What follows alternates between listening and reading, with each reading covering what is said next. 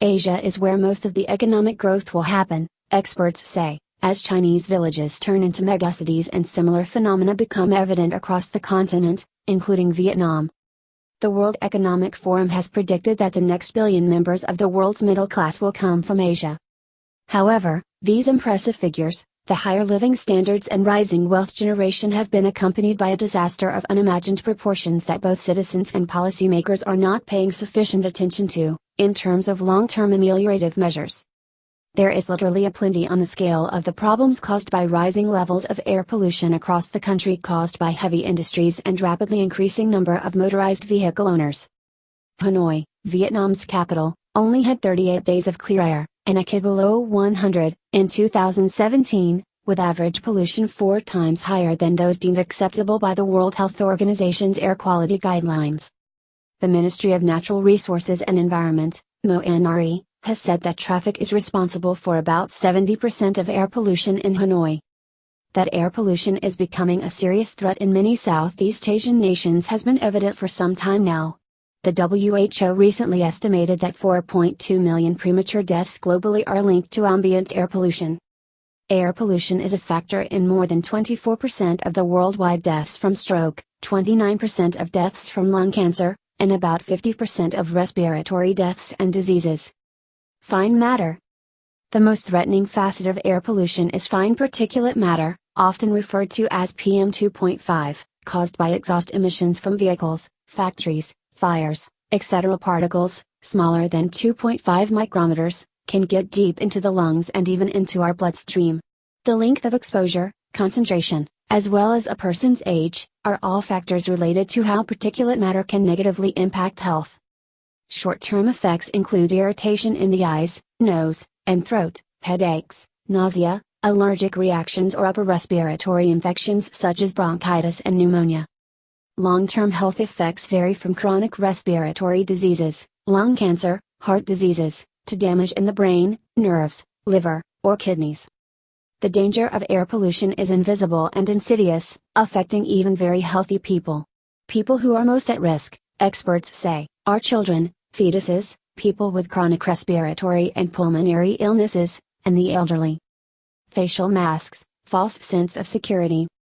According to the HCMC Environment Protection Department, the city has the highest number of motorbikes in the world, 7.3 million, and more than 600,000 cars, which consume in total over 4 million liters of fuel a day.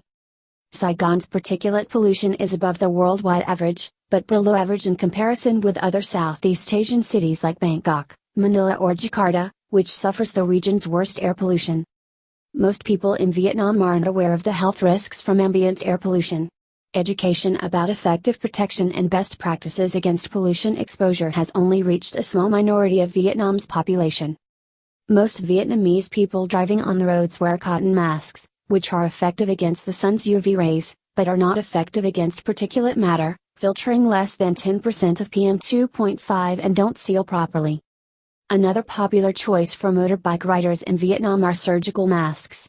Mainly used in hospitals, these masks are designed to keep illness from spreading as liquid droplets, but aren't effective at filtering PM 2.5 because they don't seal completely around the face. Additionally, these masks are discarded quickly and contribute to plastic waste. Both cotton and surgical masks provide a false sense of security for people concerned about air quality. So, what offers the best protection against air pollution? The Chinese experience. Tom Druck, co-founder of AQ Blue, who has lived with Asia's rising air pollution levels and worked to reduce it for over 5 years, said, when outside on a polluted day, the most effective way to lower your pollution exposure is by wearing a particle filtering mask. An effective mask should seal around your face and contain an electrostatic filter, which can filter nearly 99% of PM 2.5, polluted air particles.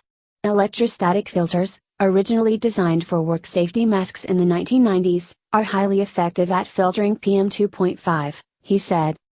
Tom first experienced noticeable, adverse health effects from air pollution while he was looking for an apartment in Beijing, China, on an afternoon in 2013. That day looked really foggy, visibility was maybe 200 meters and a white sheet covered most of the skyscrapers in the CBD. After I spent the day visiting apartments, I went back to my hotel and felt an irritation deep down in my lungs.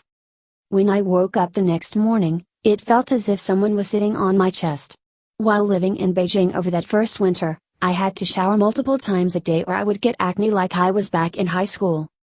In 2013, China experienced the worst air pollution ever registered since 1961, when nearly half of China was hit by smog. As a consequence, schools were closed, a system of alternate driving days for private cars was developed, and many construction projects were suspended. Due to rising awareness, the demand for effective pollution masks increased rapidly in China, and Druck founded aplenty with the goal of getting high-quality particle filtering masks to as many people as possible. In the beginning, we, aplenty, were using a business-to-business, social enterprise model. We manufactured and printed corporate-branded masks with the intention that companies would hand them out for free.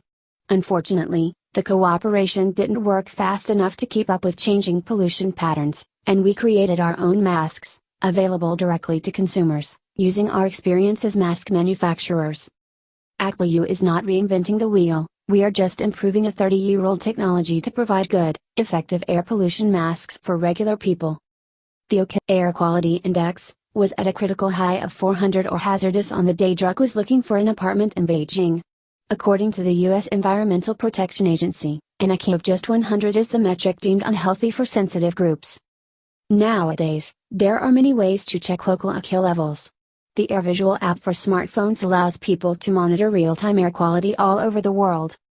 And once this is done, people can understand the extent of the problem facing Vietnam. Vietnam's silent killer.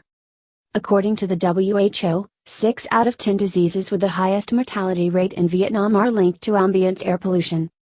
Le Viet Phu, an economist with Fulbright University Vietnam, said that the annual number of deaths due to air pollution will rise up to over 100,000 by 2035.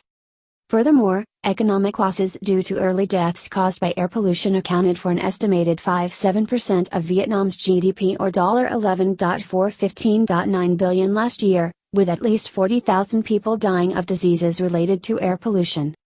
Pressured by the WHO and organizations that support people who suffer from respiratory diseases, the Vietnamese government recently launched a national action plan on controlling air quality until 2020 with a vision to 2025.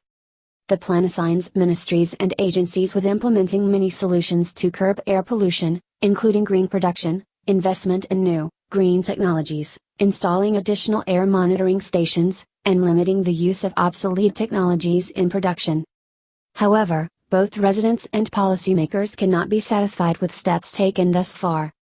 Just as products like air pollution masks with electrostatic filters are mere temporary solutions for a serious problem, policies such as those enumerated above are not going to be effective in the long run.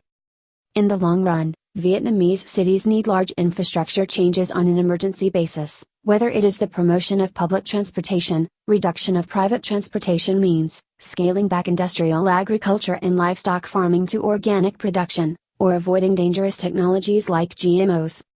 If this does not happen soon, Vietnam's megacities will not be able to foster a healthy lifestyle for their residents. Anton Hansen is a German working and studying in Ho Chi Minh City. The opinions expressed here are his own. The video is sponsored by cntronic.com.